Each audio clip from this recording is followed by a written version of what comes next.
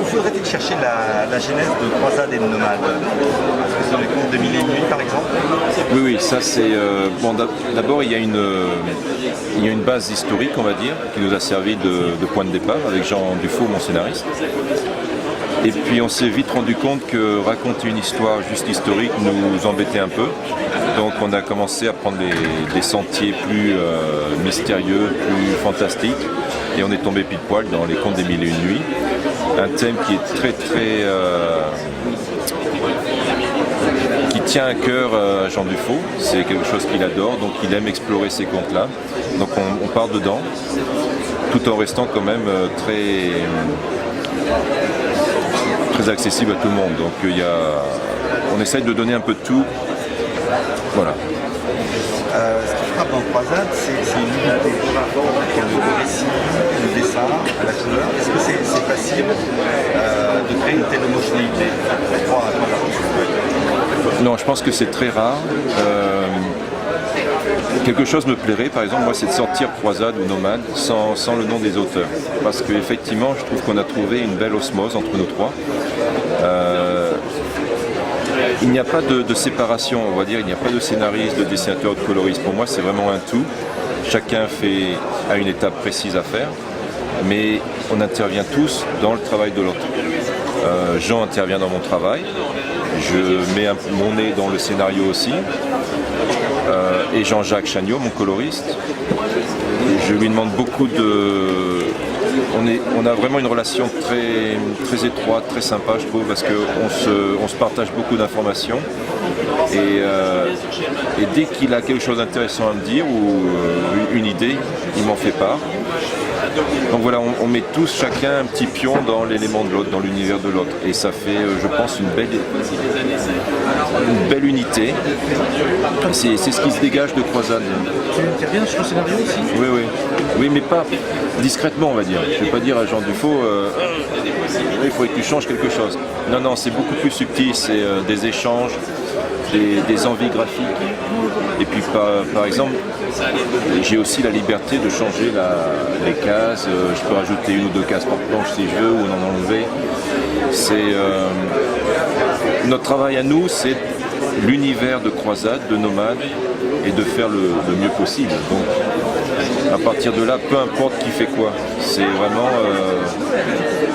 et c'est naturel, hein, on n'y pense pas en fait. C'est vraiment un truc très simple. Je pense qu'il faut se trouver. Et quand tu réussis à trouver la bonne équipe, ben c'est génial, parce que ça coule tout seul. En fait, le scénario, l'histoire peut évoluer en fonction même de la force ou du charisme que tu pourrais donner à un personnage qui est secondaire au départ. Ouais. Ça, c'est... bon, par exemple, on va prendre Gauthier, qui n'est pas le personnage secondaire, mais dans Croisade, c'est un des personnages les plus importants, mais il n'y a pas que lui.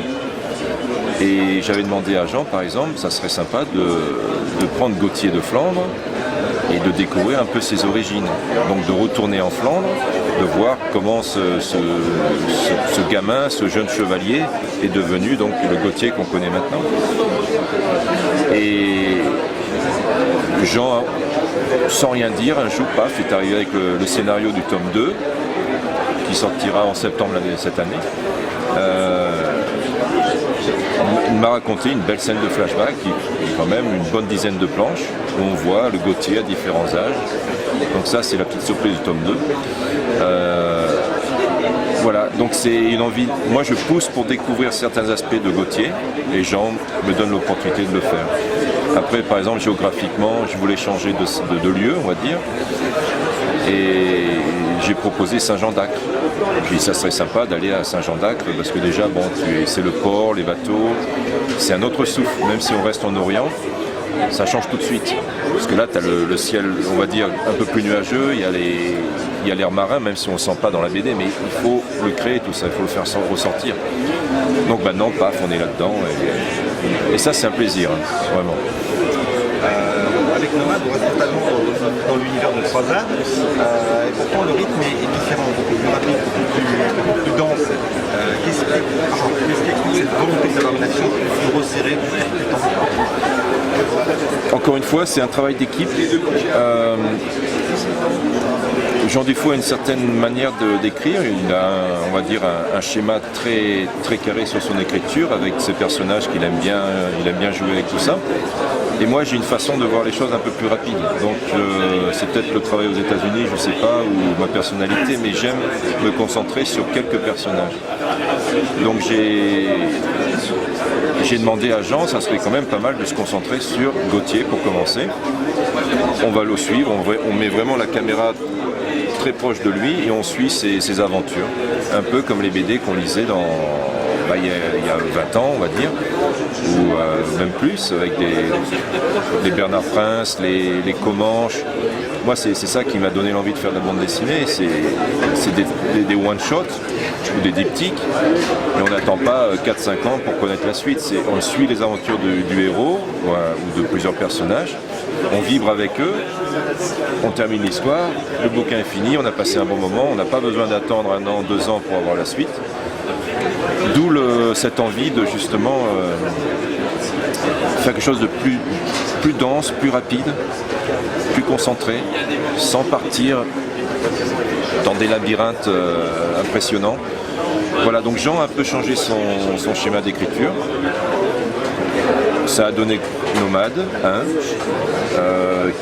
qui n'est pas une série, hein, c'est pas un one-shot celui-là, c'est le Nomade 1 et Nomade 2, c'est une histoire, c'est un diptyque.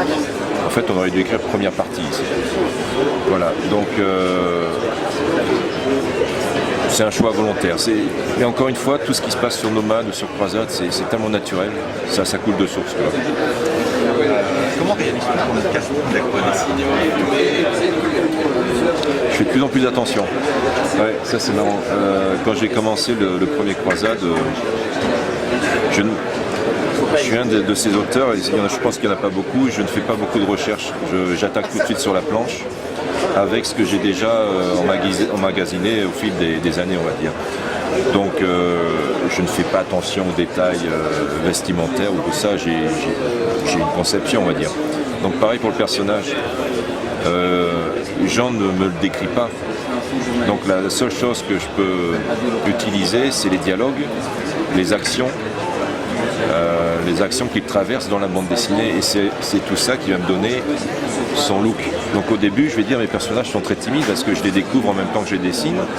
Je ne sais pas ce qu'ils ont vécu, je ne sais pas où ils vont.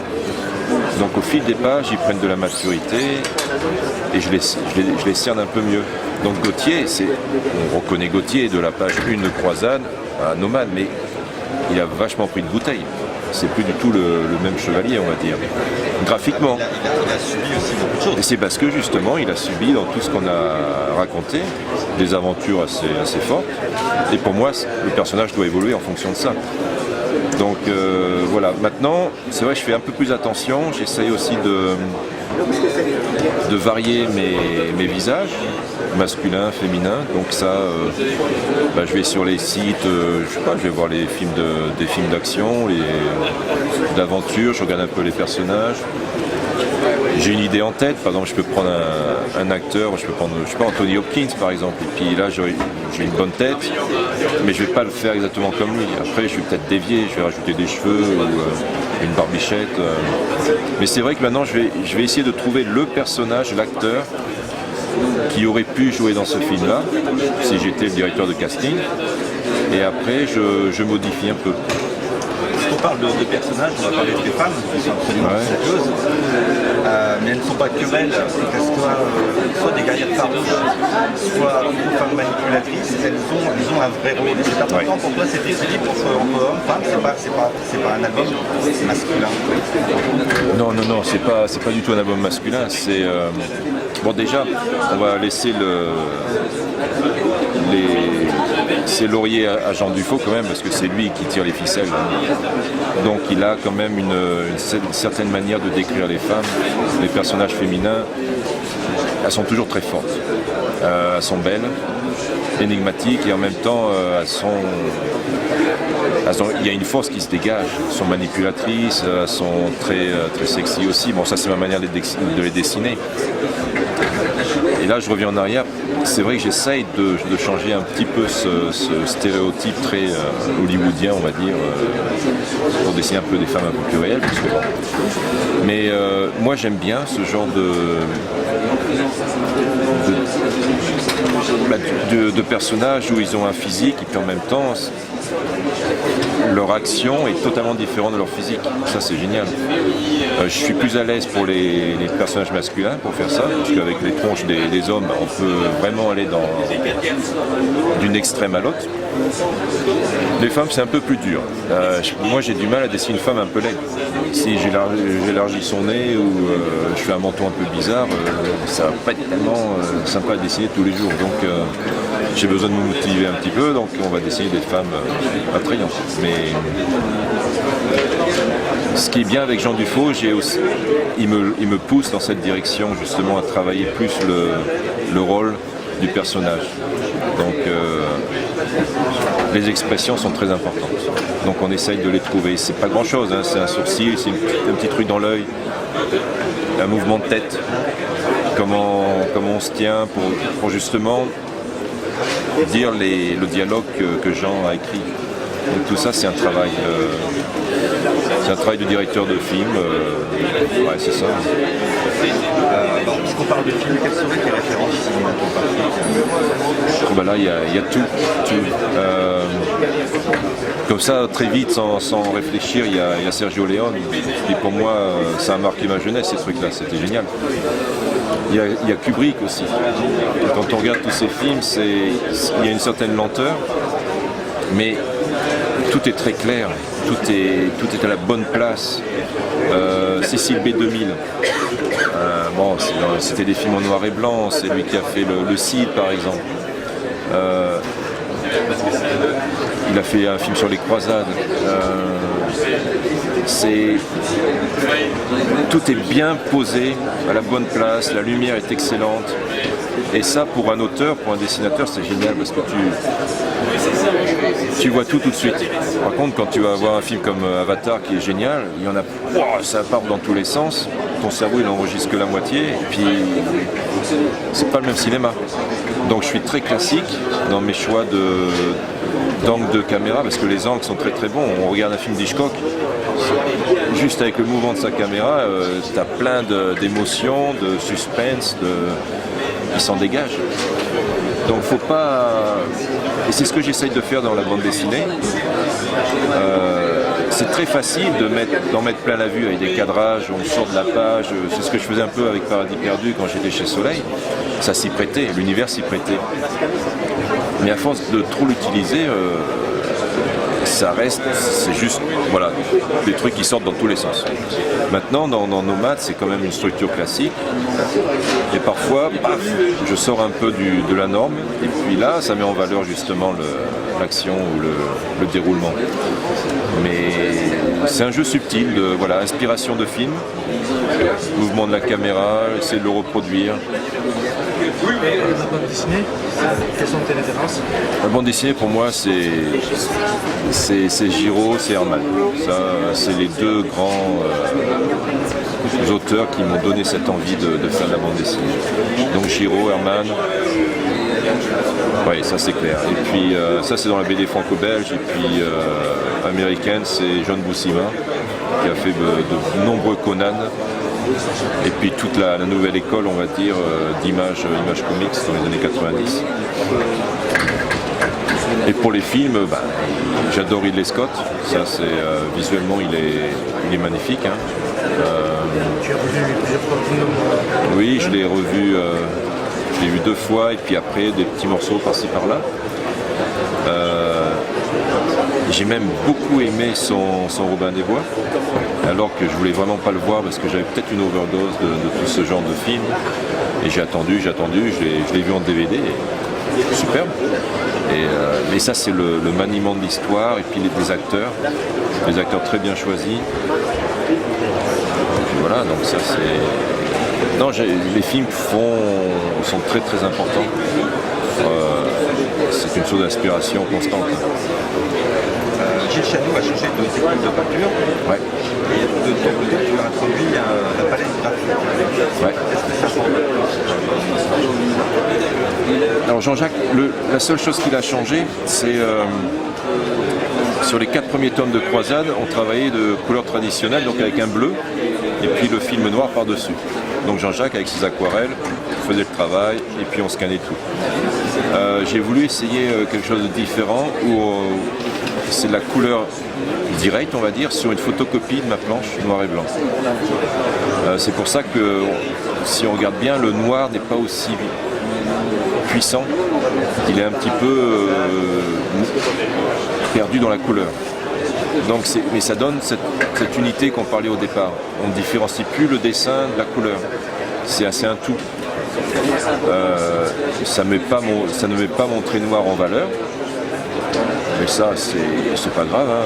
Je suis pas là pour me dire tiens, je suis un super encreur. Mais c'est pour donner un ensemble qui, à mes yeux, est un peu plus élevé, on va dire, artistiquement. Donc il a changé sa manière de travailler. C'est toujours des aquarelles, mais sur mon trait noir direct. Ce qui est important, c'est qu'on retouche ce qu'il a fait une fois que les scans sont faits. On les retouche un petit peu sur Photoshop, donc un peu plus de lumière par-ci par-là. S'il y a une ombre mal faite sur son visage, sur un visage, j'ai envie de le corriger, je lui dis écoute là, l'ombre elle est foirée, il faut la décaler un petit peu. Très facile à faire. Pareil pour les couleurs d'ambiance. Souvent il retravaille les ciels ou des trucs comme ça. Voilà, pour moi, quant à moi, pour la palette graphique, oui, donc j'ai investi dans une Cintiq. Et c'est vraiment génial. Donc tu dessines sur l'écran. Et pas la petite tablette où tu regardes l'écran. Donc tu es sur l'écran. Mais là, il faut être très prudent. C'est une étape qui remplace, on va dire, la table lumineuse, le scanner. Mais mon résultat final, c'est toujours sur la planche. Donc je fais mes storyboards, mes crayonnés via la Cintiq. Et là, ça me permet d'aller beaucoup plus loin dans le dessin parce que tu n'as pas de contraintes techniques comme la gomme,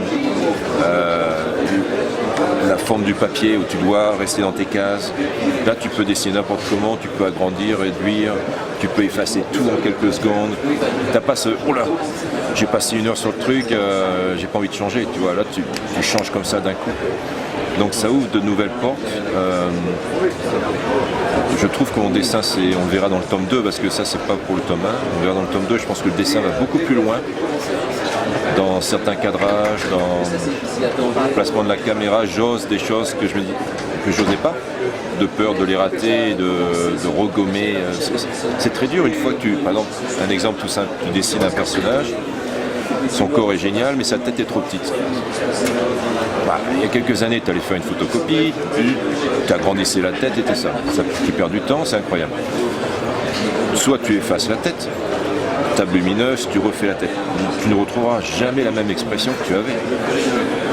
Donc maintenant, tu es là, tu es sur la Cintiq, la tête est trop petite, tu t'en fous, tu l'agrandis à la bonne taille du corps. Génial, tu économises 1 heure par jour comme ça. Et par contre, j'attache vraiment une grande importance sur le fait que une fois que j'ai mon crayonné fini, c'est un crayonné de ligne claire, hein, on peut faire du Black et Mortimer avec, hein, c'est ligne claire, sans détail, vraiment précis. Une fois que j'ai ça, sous Photoshop, je le transforme en bleu et je l'imprime sur mon format normal d'ancrage. Et puis là, j'encre par-dessus et je mets tous mes détails, qui fait mon style, on va dire. Puis voilà. Et tu as pu broser C'était très vite. Ouais, c'est impressionnant. Mais moi, j'ai jamais été à l'aise avec la palette. Tu regardes ton écran et tu dessines comme ça, tu vois. Non, parce que moi, ça le faisait pas pour moi. Par contre, dessiner directement sur l'écran, une fois que tu as tes outils sélectionnés, tu sais lesquels, parce que j'utilise peut-être 20% de la capacité de la Cintiq. Moi, je suis un peu bête, hein, donc j'utilise ce que je peux faire. Très facile, très facile. Ma fille de 14 ans, en 10 minutes, elle savait l'utiliser avant moi, donc j'étais là. Wow. On va suivre Gauthier encore sur un bouton avec une liane qui va prendre un peu plus d'importance. Quels sont les futurs développements? Les futurs développements? Bon, déjà, oui, c'est vrai. Donc, on va terminer cette histoire. Donc, Nomade, c'est Gauthier, avec Osarias et Léane, qu'on a découvert dans le tome 1. Et c'est donc un diptyque. Ça sera donc première et deuxième partie.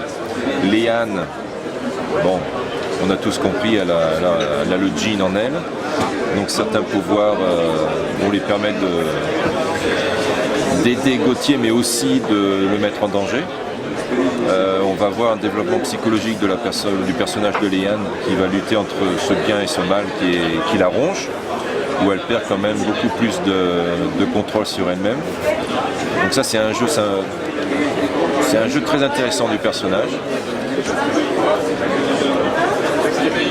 Et puis bon, c'est quand même sur Gauthier, on va toujours avoir la secte des assassins qui va essayer de retrouver cet esprit qui était dans la cage. Donc voilà, là c'est vraiment une histoire menée tambour battant,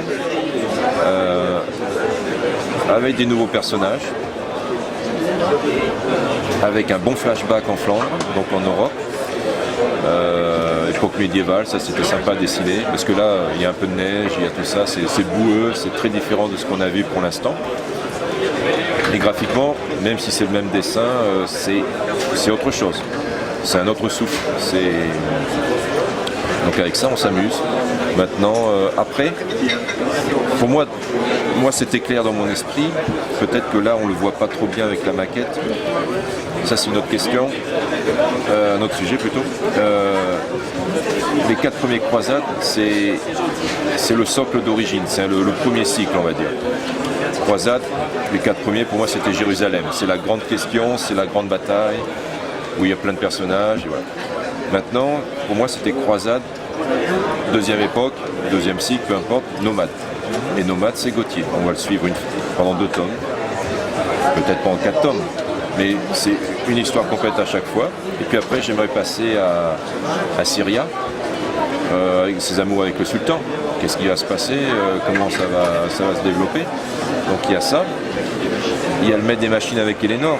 Donc j'aimerais aussi prendre la direction des becs de feu. Ils sont arrivés là, qu'est-ce qui se passe, et puis revenir un peu en arrière, les origines du maître des machines. Ça c'est génial, on peut faire ce qu'on veut avec ce personnage. Pourquoi il est arrivé à cet aspect-là. Donc les 2 sœurs, pour moi c'est très important, il faudrait explorer les 2 sœurs. Maintenant, la série a bien marché, donc on n'a pas vraiment les portes sont ouvertes, c'est juste question de temps, de pouvoir les dessiner. Et je pense qu'il faut recadrer un petit peu le schéma, parce que ça reste l'univers de Croisade. Moi, ce qui m'a un petit peu déçu, tu vois, Nomade, pour moi, ça ne me parle pas assez. Des nouveaux lecteurs, tu vois, ou même des lecteurs de Croisade. Bon, le titre est là, il est bien clair, mais il ne faut pas oublier que c'est Croisade, avec des saisons différentes. Et chaque saison va se concentrer sur des personnages. Voilà. Ça, c'est l'idée de ce qu'on aimerait faire. Donc, ça va prendre du temps. Hein. Mais ça serait bien de faire des diptyques ou des... Ouais, développer les personnages plus en profondeur. On n'a pas pu le faire avec les 4 premiers de Croisade. Voilà, ouais. Et c'est pour ça que c'était un super socle, et là on peut aller dans n'importe quelle direction. L'univers qu'on a créé est très très riche. Et puis on peut encore plus, on peut plonger dans les temps des mille et demi, il y a plein de lieux géographiques qu'on peut explorer. J'aimerais bien aller à Constantinople, il y a plein de choses à faire. Constantinople, c'est le départ de notre croisade. Donc, Gauthier peut aller là-bas, quelque chose se passe, c'est très chouette. Il y a plein de choses à raconter. Donc l'univers est vaste, il nous ouvre ses portes.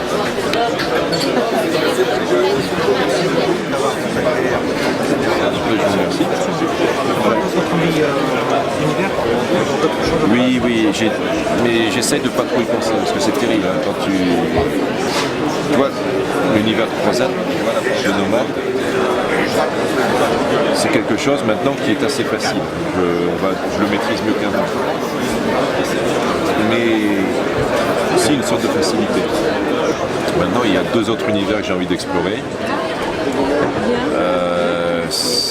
J'ai juste dire c'est des civilisations perdues. Donc il y a toujours ce côté historique, mythologique, des contes.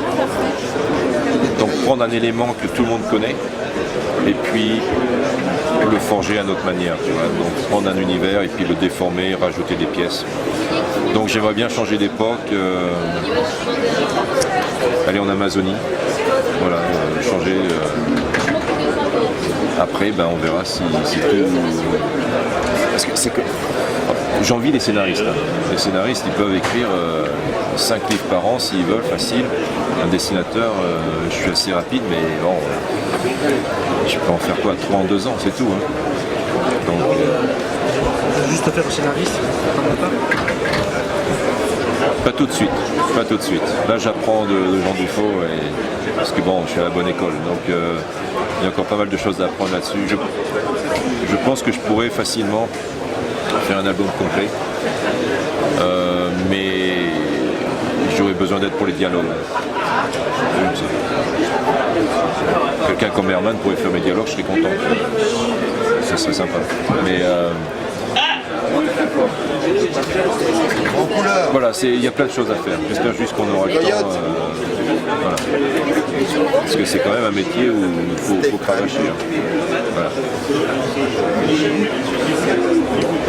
Très bien. Merci à vous. Bon, c'est bon, on a tout alors. Hein.